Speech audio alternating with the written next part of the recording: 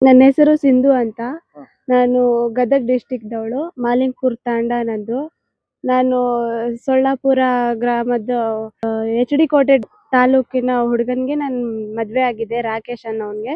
Love marriage ನಮ್ದು ಆಗಿರೋದು. ಇವಾಗ ನಮ್ಮ ಪ್ರೆಗ್ನೆಂಟ್ ಆದೆ. ನಮ್ಮ ಅಪ್ಪಾಜಿಯವ್ರ ಕಾಲ್ ಫ್ರ್ಯಾಕ್ಚರ್ ಆಯ್ತು. ನಾನ್ ಮನೆಗ್ ಹೋದೆ. ಅಲ್ಲಿ ಹೋಗ್ಬಿಟ್ಟು ಸ್ವಲ್ಪ ಗರ್ಭಕೋಶ ಪ್ರಾಬ್ಲಮ್ ಇದೆ ಅಂದ್ಬಿಟ್ಟು ಬೆಡ್ ರೆಸ್ಟ್ ಮಾಡ್ಬೇಕು ಅಂದಾಗ ನಾನು ಅಲ್ಲೇ ಇದ್ದೆ. ಅವನು ಕೂಡ ಹೇಳ್ದ, ಆಯ್ತು ನೀನ್ ಇರು, ಪಾಪು ಡೆಲಿವರಿ ಆದ್ಮೇಲೆ ನೀನ್ ಬರ್ತೀಯಂತೆ ಅಂತ ಎಲ್ಲ ಹೇಳ್ದಾರಿ. ಈಗ ನಾನು ಬಂದು ಒಂದ್ ಸ್ವಲ್ಪ ದಿನ ನಾನು ಅಲ್ಲಿದ್ದೆ. ಇಲ್ದೇ ಇರೋ ಟಾರ್ಚರ್ ನನಗೆ ಕೊಡ್ತಿದ್ರು ಅವರು. ಊಟ ಮಾಡಕ್ ಬಿಡ್ತಾ ಇರ್ಲಿಲ್ಲ.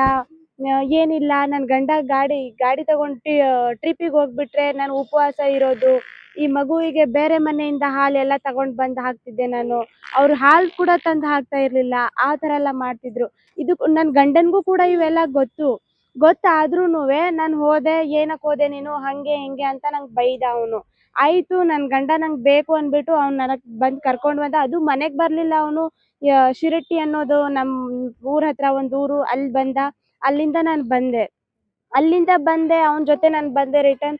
ಮತ್ತೆ ಇಲ್ದೇ ಇರೋ ತೊಂದ್ರೆ ಕೊಟ್ರು. ನಿನ್ ಕಾಸು ಇಸ್ಕೊಂಬಾ, ನಿಂಗ್ ರೂಮ್ ಮಾಡ್ಬೇಕಂದ್ರೆ ನೀನ್ ಹಂಗೆ ಹಿಂಗೆ. ನನ್ಗೆ ಊಟ ಮಾಡಕ್ಕೂ ಬಿಡ್ತಾ ಇರ್ಲಿಲ್ಲ. ನನ್ ಪಾಪುಗ್ ಹಾಲು ಕುಡಿಸಿ ಮಲಗಿ ಹೋಗೋ ಅಷ್ಟ್ರಲ್ಲಿ ಅವ್ರು ಊಟ ಮಾಡಿ ತಿಂದು ತೊಳೆದಿರ್ತಿದ್ರು ಅವ್ರು ಮಾಡ್ಕೊಂಡು. ನಾನ್ ಮಾಡಿದ್ದು ಅವ್ರು ತಿಂತಾ ಇರ್ಲಿಲ್ಲ. ಹಂಗೆಲ್ಲ ಮಾಡ್ತಿದ್ರು. ಇವಾಗ ನನ್ಗೆ ಆಯ್ತು ಏನಾದ್ರೂ ಆಗ್ಲಿ ಅಂದ್ಬಿಟ್ಟು ಇವಾಗ ನಾನಾಗೆ ಇಲ್ಲಿ ಬಂದಿದ್ದೀನಿ. ಅವ್ನು ಹೇಳ್ದ, ಇಲ್ಲಿ ಅದೇ ಮನೆಯಲ್ಲಿ ಅಡ್ಜಸ್ಟ್ ಮಾಡ್ಕೊಂಡು ಹೋಗೋಣ, ನೀನ್ ಬಾ. ಇವಾಗ ನನ್ನ ಹತ್ರನೂ ದುಡ್ಡು ಅದು ಏನು ಇಲ್ಲ, ಅಲ್ಲೇ ಅಡ್ಜಸ್ಟ್ ಮಾಡ್ಕೊಂಡು ಹೋಗೋಣ ಬಾ ಅಂತ ಹೇಳ್ದ.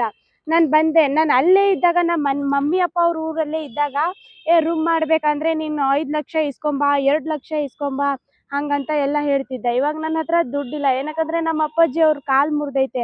ಅವ್ರು ಡ್ಯೂಟಿಗೂ ಹೋಗ್ತಾ ಇಲ್ಲ. KSRTC ಅವ್ರು ಡ್ಯೂಟಿಗೆ ಹೋಗೋದು. ಇವಾಗ ಮನೆಯಲ್ಲೇ ಇದ್ದಾರೆ ಅವರು. ₹1 ಇಲ್ಲ. 2,000 ರೂಪಾಯಿ ನಮ್ಮ ಅಪ್ಪಾಜಿಯವ್ರು ಬೇರೆಯವ್ರ ಕಡೆಯಿಂದ ಇಸ್ಕೊಂಡ್ ಬಂದವ್ರೆ. ನಾನು ಕಂಪ್ಲೇಂಟ್ ಕೊಟ್ಟಿದ್ದೀನಿ. ಪೊಲೀಸರು ಎಲ್ರು ಕಾಲ್ ಮಾಡ್ತವ್ರೆ. ಅವ್ನು ಕಾಲು ಪಿಕ್ ಮಾಡ್ತಾ ಇಲ್ಲ, ಏನಿಲ್ಲ. 1 ತಿಂಗಳದ ಹಿಂದೆ ನಾನು ಕಂಪ್ಲೇಂಟ್ ಕೊಟ್ಟಿದ್ದೆ ಇಲ್ಲಿ. ಅವನಿಗೆ ಕರೆಸ್ಬಿಟ್ಟು ಮಾತಾಡಿದ್ರು ಪೊಲೀಸರು ಎಲ್ರು. ನಾನು ಆಯ್ತು ಸರ್, ಮನೆ ರೂಮ್ ಮಾಡ್ತೀನಿ ಅಂತ ಎಲ್ಲ ಹೇಳ್ಬಿಟ್ಟು ಇವಾಗ ರೂಮು ಮಾಡ್ತಾ ಇಲ್ಲ, ಏನು ಮಾಡ್ತಾ ಇಲ್ಲ. ಪೊಲೀಸರು ಕಾಲ್ ಮಾಡ್ತವ್ರೆ, ಎಲ್ರು ಕಾಲ್ ಮಾಡ್ತವ್ರೆ.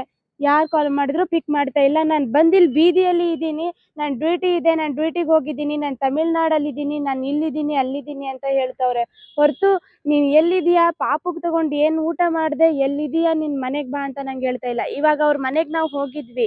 ಅವ್ರ ಮನೆಗೆ ಹೋದಾಗ ಅವ್ರು ಏನಂತವ್ರೆ, ನಿಮ್ಮ ಅಮ್ಮ ಅಪ್ಪ ಅವರು ಎಲ್ರು ಹೋಗ್ಲಿ, ನೀನ್ ಒಬ್ಳೇ ಇರು. ಮಮ್ಮಿ ಅವ್ರು ಅಷ್ಟೇ ನನ್ನ ಜೊತೆ ಬಂದಿರೋದು. ಅವ್ರು ಹೋಗ್ಲಿ, ನೀನ್ ಇದ್ರೆ ಇರು, ಇಲ್ಲ ನೀನು ಹೋಗು.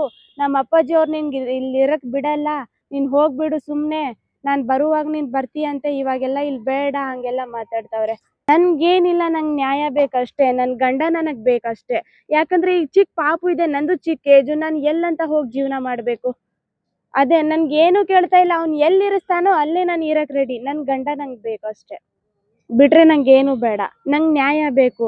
ಅವ್ರು ಏನಂತವ್ರೆ, ಈ ಮನೇಲಿ ಅವ್ರಿಗೆ ಇಟ್ಕೊಳಕ್ ಕೊಡಲ್ಲ ನಾವು, ಹಂಗೆಲ್ಲ ಮಾತಾಡ್ತವ್ರೆ. ಇವಾಗ ಮನೆಗೆ ಹೋದಾಗ ಅವ್ರು ಇಡೀ ಕುಟುಂಬದವರು ನನ್ಗೆ ಹೋಗಿ ಸೇರ್ಬಿಟ್ಟು ಎಲ್ರು ಒಂದ್ ಕಡೆ ಏನೇನೋ ಯಾರಿಗೆ ಏನ್ ತಿಳಿಯತ್ತೋ ಅದೇ ಮಾತಾಡ್ತವ್ರೆ.